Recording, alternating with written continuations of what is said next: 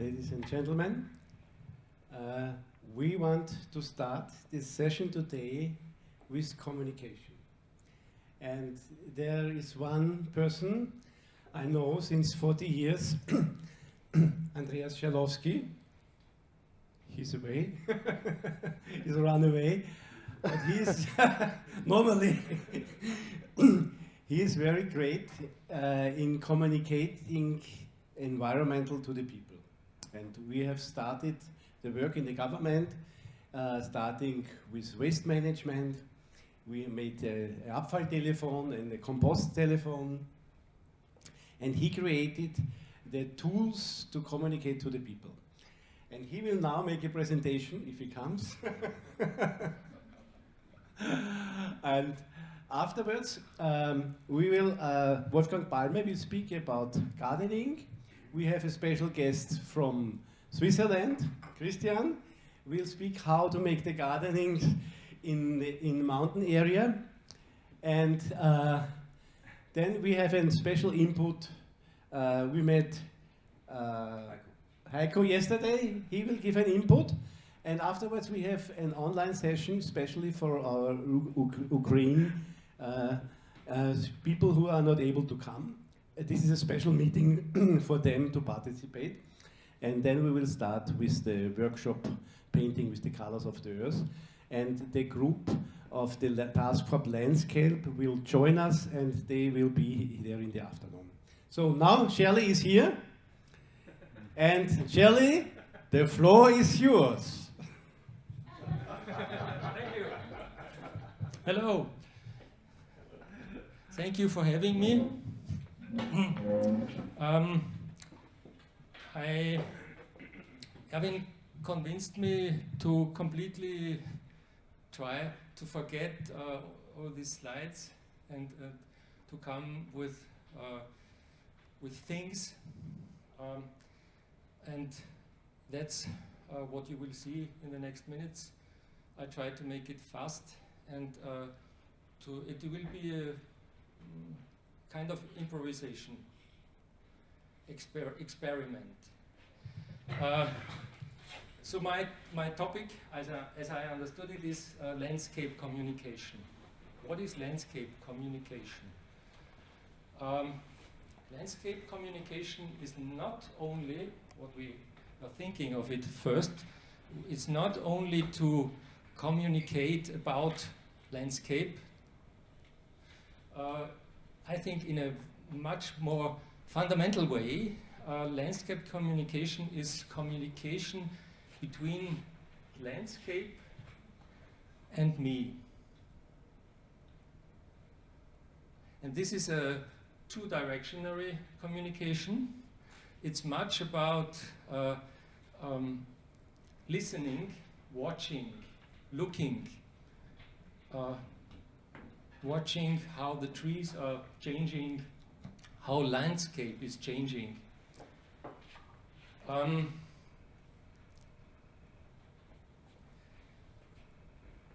This needs time. I show you two situations from an artist installation I developed in the last years for an exhibition in Wolkersdorf. So this is one village very close to where I live. There's no audio, this is only picture. This is the first situation. Let's watch it.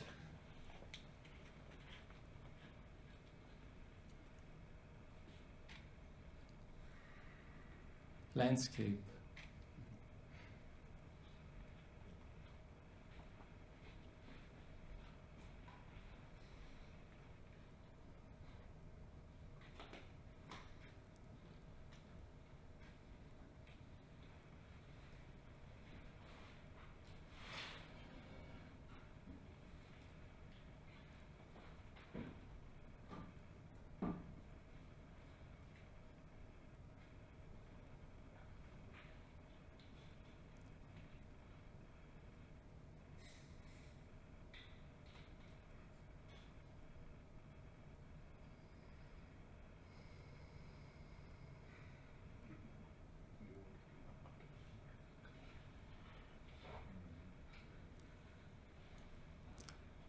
when I took these pictures, I made one round after the other. I shall only show you 2 rounds of it, of the material. This is very new. When I came to this village 12 years ago, this was green.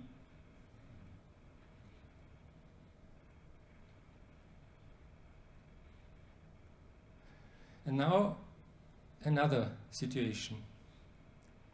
It's also very close where I'm living. One day I detected this being.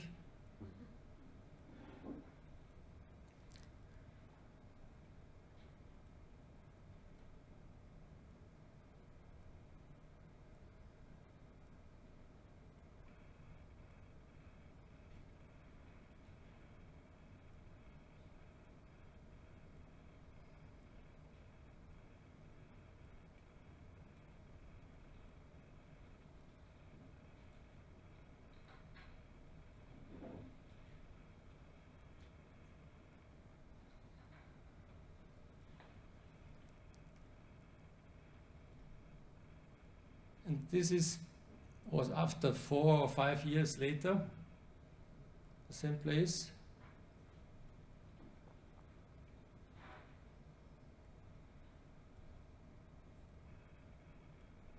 Okay. 2 situations of landscape in change.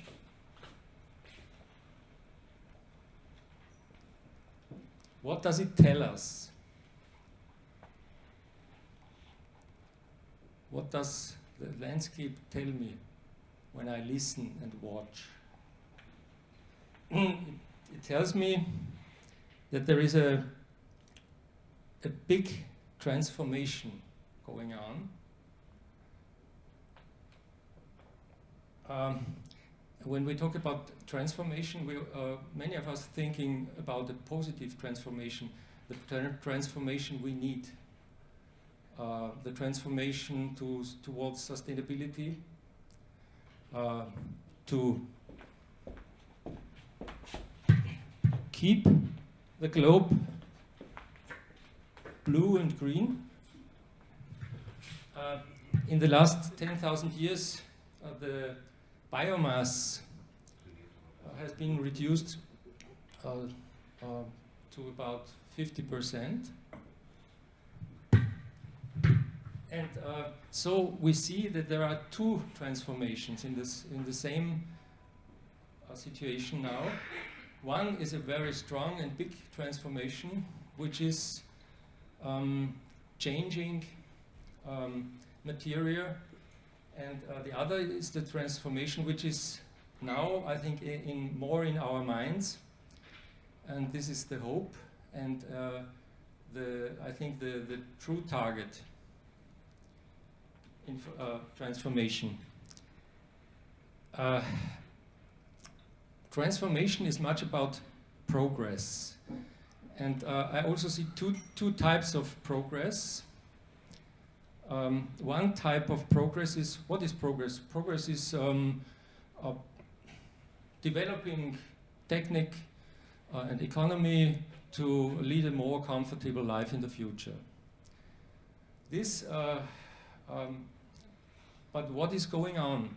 If we watch the big transformation, I think if I watch it, really watch it in the books, and I watch it by my eyes, what can I see? My feeling, it's not what we are thinking that it is. I think the transformation we are heading on is to move more and more material around the world. And this is a process, people called it, scientists called it Anthropocene. You know this term. This is the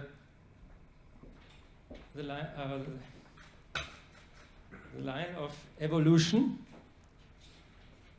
This is, it should have been much longer. In reality, these are 4 to 5 or 6 billions of years.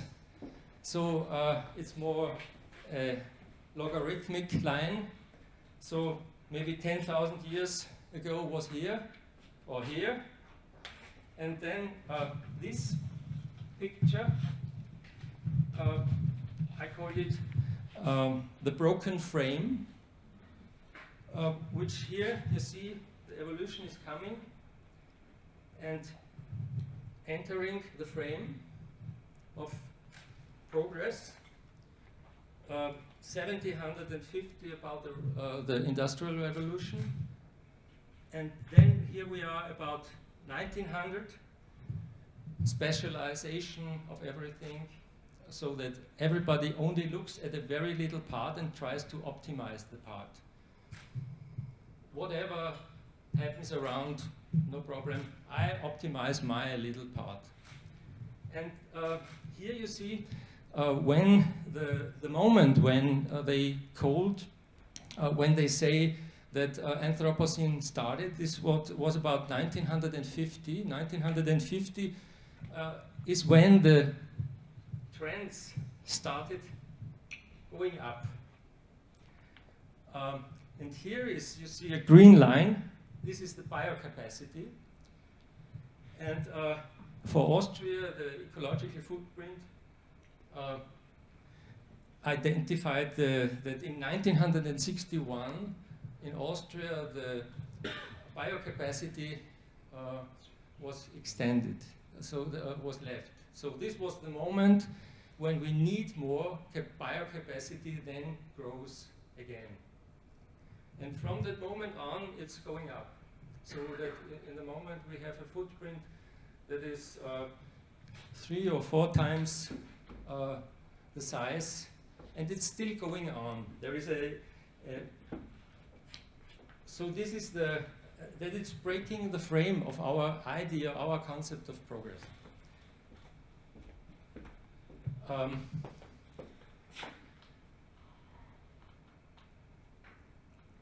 So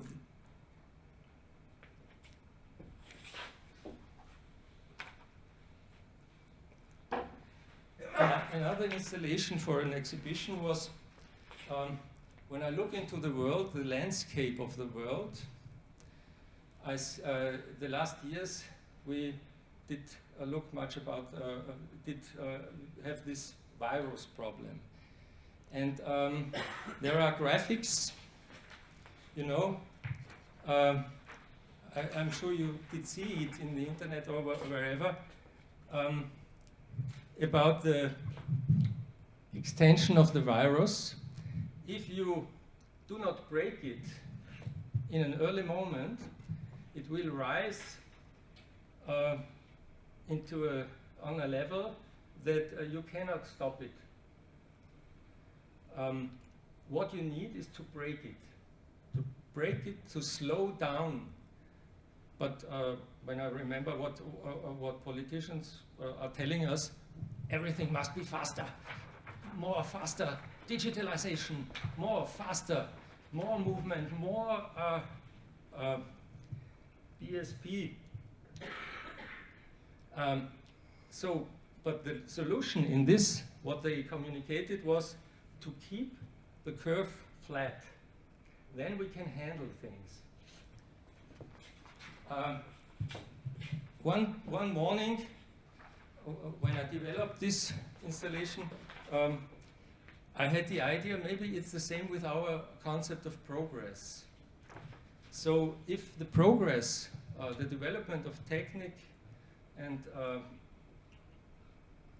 is going faster and faster, we cannot stop it. This will swallow us. So material, we can measure this, will more and more material around the globe, and the end is the second law of thermodynamics is the entropy, and is to make the planet. Oh, where is the planet? Ah, okay, thank you. I forgot the planet. So this planet is on the best way towards looking like the Mars. And then the people who are putting more money that we would need in other places into going into the space and looking what's going on Mars and forgetting the globe. This is maybe this is just a crazy idea. I think there's some truth in it. If we watch really the things and the landscapes and whatever. But I think we can, maybe the nature or God or whatever we call it will stop us. It will not allow to make these things grow, this progress maybe.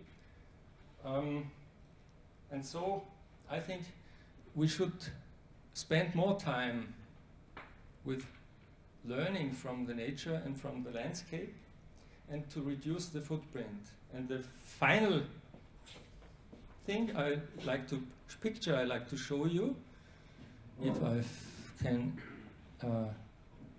detect, I got it, yes, is this.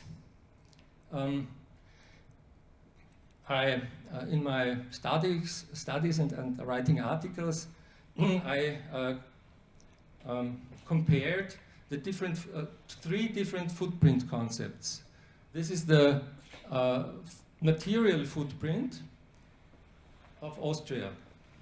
This is the ecological footprint, and this is the CO2 footprint. The footprint at the moment of the material footprint is 33 tons per year and person. 33 tons of material we are moving. Ecological footprint is 6 gigahectare per person and year, and the CO2 is 12 tons. And there are estimations what is ecological footprint, what is to the sustainable level of footprint. It would be 80% less, 1.2 gigahectare per year. In material, it's 80% less, about 7 tons instead of 33. And the CO2 is similar, 92%, from 12 tons to 1 ton to reduce. So, but at the moment, we are heading not down. If we measure it, it's going up. And there is a very, and with this I would like to finish it, a very interesting experiment from Dennis Meadows, who made this, this very famous study about the limits to growth, where with a hula loop ring, yes, he invites people. We can maybe try this later if we find a hula loop, and 5 persons try to raise, hold this hula loop, and when Dennis Meadows said, okay, start, then they should go down with this hula loop. And before he asks, what do you think, how long will it need to come down? 30 seconds, 2 minutes, whatever. And then he says, okay, start. And what happened is that it goes up in 3 seconds. This is a metaphorical experiment. It shows that if you you try to do your best in the way you always did, and then you should come down the CO2, reduce the CO2. You want to do it, and these were intelligent people in a seminar. Because of some things in our mind, it's going up. You can watch this in the internet. I can show you once. This is a very interesting experiment, and it shows the situation. That's what I wanted to tell you about landscape communication. It's more an intro, but maybe this is good for today, I hope. Thank you.